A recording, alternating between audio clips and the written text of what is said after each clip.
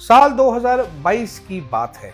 एक दिन अरशद शरीफ साहब ने मुझे बोला कि यार ये अमेरिका जो रिजीम चेंज करता है, ज़रा रिसर्च करो, ये कुछ चीज़ें हैं, मैं आपको बता रहा हूँ, कुछ चीज़ें ढूंढो, ज़रा इस पे एक रिपोर्ट बनाओ। फिर मैंने रिसर्च की, एक रिपोर्ट बनाई। ये उन दिनों की बात है जनाबे वाला, जब पाकिस्तान में सक्सेसफुल रिजीम चेंज हो चुकी थी। रिजीम चेंज ऑपरेशन पाकिस्तान में हो चुका था और हुकूमत चेंज हो चुकी थी। अमेरिका दुनिया भर में कोवर्ट और ओवर्ट ऑपरेशन के जरिए रिजीम चेंज कैसे करता है, इस पर बात करूंगा। जरा हिस्टोरिकल वीडियो है, जरूर देखिएगा, आपको बड़ी पसंद आएगी। चैनल को मेरे लाइक, सब्सक्राइब और शेयर कर दीजिएगा।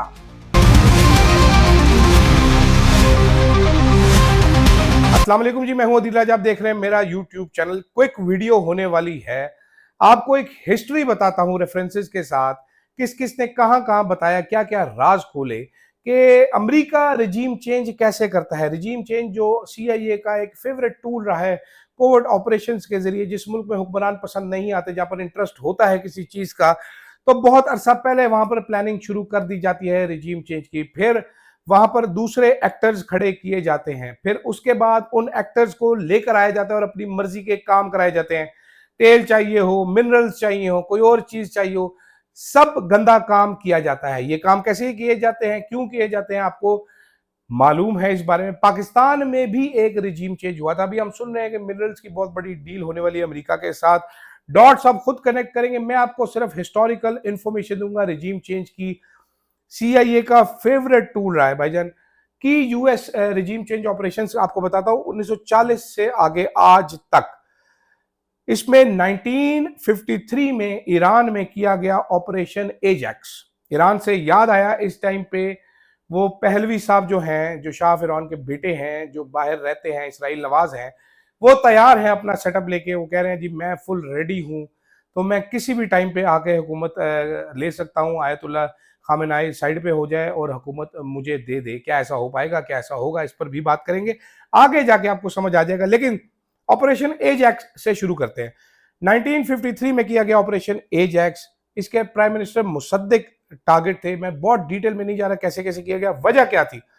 वजह थी भाईजान के नेशनलाइज ऑयल इंडस्ट्री थी ईरान में। ये ब्रिटिश और US ऑयल के इंटरेस्ट के खिलाफ था, इसलिए CIA और MI6 ने ऑर्केस्ट्रेट किए पॉलिटिकल प्रोटेस्ट। इन्होंने ऑफिशियल्स को रिश्वतें दी, साइकोलॉजिकल वॉरफेयर किया, मुल्क के हालात खराब किए, उसके बाद इंटरवेंशन की। इसका आउटकम क्या था कि मुसद्दिक साहब निकल गए, शाह को दोबारा लगाया गया। इसके बाद ये लगाने के बाद ईरान की जो लोग हैं और वेस्ट है, वहां से उनका एक फसाद शुरू हो गया। ये 2013 में CIA ने जो अपने डॉक्यूमेंट्स डीक्लासिफाई किए थे, वहां से आपको ऑपरेशन एजैक्स की मजीद तफसीलात मिल जाएगी। मैं एक एक वर्ड के साथ जा सकता हूं, लेकिन बहुत लंबी वीडियो हो जाएगी, इतनी लंबी तो फोन में स्पेस भी नहीं है। 1954 ग्वाटेमाला में ऑपरेशन PB सक्सेस किया गया। प्रेसिडेंट जेकब जो थे उस टाइम वेनेजुएला के, वो टारगेट थे। लैंड रिफॉर्म्स जो की जा रही थी, वो यूनाइटेड फ्रूट कंपनी जो कि US इंटरेस्ट था, उसका थ्रेट थे। कम्युनिज्म, इनका लोग ख्याल था कि कम्युनिज्म आ जाएगा यहाँ पर।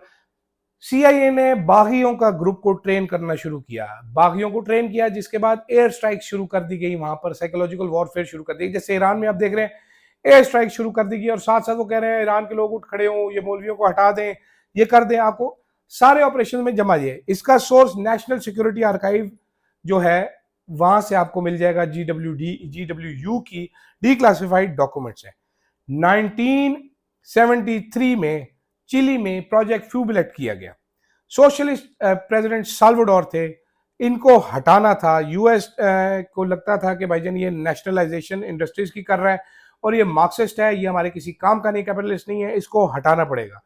यहां पर CIA ने ऑपोजिशन को फाइनेंस किया, उनको इकट्ठा किया, उनको जोड़ा आपस में, फिर अनरेस्ट उसको फंड किया। फिर उसके बाद जो उनका जो जनरल था पिनोशे, उसके जरिए इन्होंने एक कू स्टेज कराया। ये 1973 में चिली में किया गया सक्सेसफुल। CIA के डीक्लासिफाइड डॉक्यूमेंट्स में आपको ये भी मिल जाएगा। फेमिलियर, आपको बहुत सारी चीजें मिलती जुलती लगेंगी, इसमें बहुत ज्यादा सारी चीजें मिलती जुलती लगेंगी। उसके बाद जनाब 1980 में ऑपरेशन साइक्लोन किया गया अफगानिस्तान में। से ये भी मेरी पैदाइश से पहले गए, लेकिन इससे हमने कुछ चीजें अपनी होश में देखी हैं। यहाँ पर था जनाब, रजीम जो थी वो सोवियत यूनियन के साथ अलाइंड थी, ठीक है। इनको लगता था सोवियत यूनियन का इन्फ्लुएंस बहुत ज़्यादा है, कोल्ड वॉर चल रही थी, सोवियत यूनियन का इन्फ्लुएंस गिराना था। तो CIA ने क्या किया जनाबे वाला, अब यहां से पाकिस्तान की तारीख आप जानते हैं। CIA ने भाईजान फाउंड किए मुजाहिदीन, उसके बाद ट्रेन किया उनको, उसके बाद उनको फंड किया। ये मुजाहिदीन को ट्रेन कौन कर रहा था? माशाल्लाह हमारी पाकिस्तान आर्मी कर रही थी, क्योंकि हम उस टाइम एलाय थे कि USA के। इस जंग में हम कूद पड़े, जियाउल हक साहब थे। आप चार्ली विल्सन वॉर किताब पढ़िएगा, आप देखिएगा कैसे उसमें इन्होंने अमेरिका को इस्तेमाल किया और अमेरिका ने हमें इस्तेमाल किया, जिसके बाद हम बम धमाके, तबाहियां, बर्बादियों जोगे रह गए। तो ये जरूर आप देखिएगा जनाबे वाला, पूरी हिस्ट्री इसकी आपके सामने है कि उसके बाद पाकिस्तान कैसे बर्बाद हुआ। जो आसिफ मुनीर साहब फरमा रहे थे कि जी वो हिप्पी डांस किया करते थे माल रोड पे, हिप्पियों को मैं डांस कराता हूँ, हमें खैर आयते सुनाते हैं, वहां पर हिप्पियों को डांस कराना चाहते हैं अमेरिका में। लेकिन जियाउल हक साहब इसका और पाकिस्तान आर्मी का क्रेडिट है। सोवियत यूनियन के टुकड़े टुकड़े हो गए थे। स्टीव कोल की एक किताब है गोस्ट वॉर्स, मैंने पढ़ी हुई है, आप जरूर पढ़िएगा। आपको एक एक चीज सामने आ जाएगी कि हमने क्या रोल प्ले किया, हमारे कौन कौन से अफसरान अफगानिस्तान में जाके लड़ते रहे, कैसे लड़ते रहे, पाकिस्तान को पैसे कैसे संदूकों में भर के आते थे। जनरल अख्तर अब्दुल रहमान साहब का क्या किरदार था, जो कि हुमायूं अख्तर और हारून अख्तर, जो इस टाइम दोनों एक वजीर बने हुए हैं भाई, शुगर मिलें भी चलाते हैं, और उनके पास इतना पैसा कहां से आया, आपको सारी चीजें वहां से पता चल जाएंगी। उसके बाद 1989-90 में ऑपरेशन जस्ट कॉज किया गया पनामा में। ये मैनुअल जो थे इनके, मैनुअल और जिया, वो टारगेट थे। क्यों किया गया भाईजान इनको टारगेट? क्योंकि वो कहते थे फ्रंट पे था ड्रग ट्रैफिकिंग, लेकिन वो US फॉरेन पॉलिसी को मानता नहीं था। यहां पर क्या किया गया, यहां पर कोई कोवर्ट ऑपरेशन ही था। ये ऊपर मैंने जितने भी आपको बताया ना, शायद एक के अलावा एयर स्ट्राइक जहां पर की, सारे कोवर्ट ऑपरेशन है। यहां पर मिलिट्री इन्वेजन की गई, ठीक है। इसके बाद नोरेगा जो है उसको कैप्चर किया गया और प्रो US रिजीम बनाएगी। US की कांग्रेस के रिकॉर्ड्स में आपको ये सब मिल जाएगा। 2003 हमारी होश में वेपन्स ऑफ मास डिस्ट्रक्शन का झूठ बोल के 10 मिलियन लोगों को कत्ल किया गया। टारगेट था सद्दाम हुसैन। कहा गया जनाब माजरत जी, कहा गया जी ह्यूमन राइट्स की वायलेशन होती है, हॉस्टाइल रिजीम है। फुल स्केल मिलिट्री ऑपरेशन किया गया, यहां पर सद्दाम हुसैन को एग्जीक्यूट किया गया। सिविल राइट्स इन्होंने कहा जी हमने इंश्योर कर दिया। IS पैदा की यहां पर अमेरिका ने। इराक का जो हाल कर दिया वो आपके सामने है।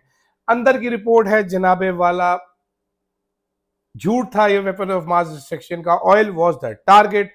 सोर्स इसका आपको चिलकॉट रिपोर्ट UK की मिल जाएगी, वो पढ़िए, रोंगटे खड़े हो जाएंगे। वॉर क्रिमिनल बुश और टोनी ब्लेयर के बारे में। आ जाते हैं जनाब 2011 पे।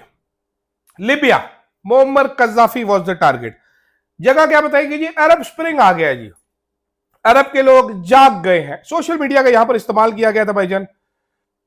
नेटो ने कहा जी जेनोसाइड हो रहा है, हम उसको बचाने आ रहे हैं। यहां पर नेटो ने एयर स्ट्राइक की, US ने इंटेल सपोर्ट की, बागी क्रिएट किए गए।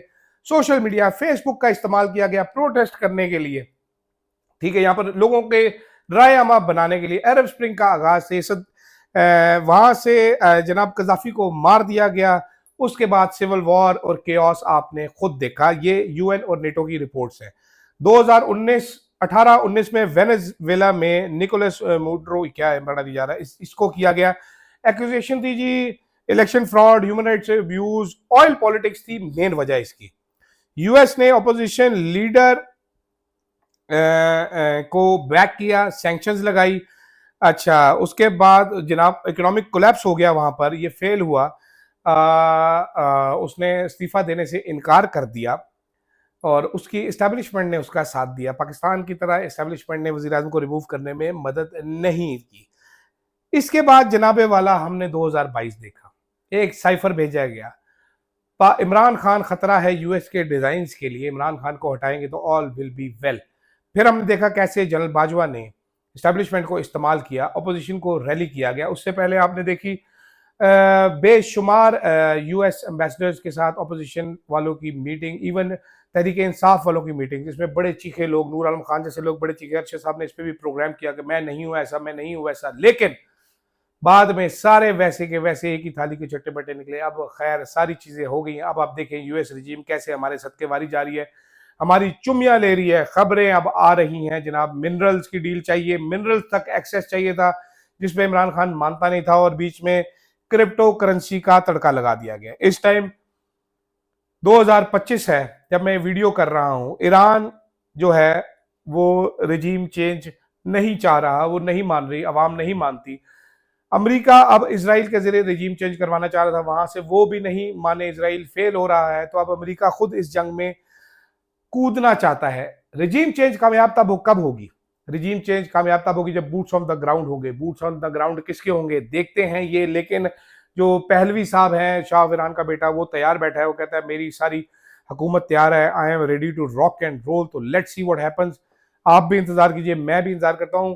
आज की पॉलिटिक्स से हट के मैंने आपको एक वीडियो ऐसी दी है जिसमें कि जो यूएस की जंगें हैं सारी वो बताई गई हैं, कैसे रिजीम चेंज अमेरिका करता है, रिजीम चेंज कैसे किया जाता है। बहुत ज़्यादा ये इंटरेस्टिंग टॉपिक है मेरे लिए, और इस पे बहुत ज़्यादा काम अरशद साहब ने किया हुआ था। एक एक डिटेल उनको जुबानी याद थी, मैंने लिखी थी सारी रिपोर्ट, मुझे अभी तक याद है। और उसमें अरशद साहब पढ़ते थे और कहते थे यार ये मिसिंग है, मेरा ख्याल है इस तारीख को, फलां तारीख को ये हुआ। ये वीलॉग ऑलरेडी मैंने बहुत शॉर्ट करके बताया तो 11-12 मिनट का हो गया है। अगर ये मैं डिटेल में बताता तो 40-50 मिनट पे चला जाता, तो इतना काफ़ी है।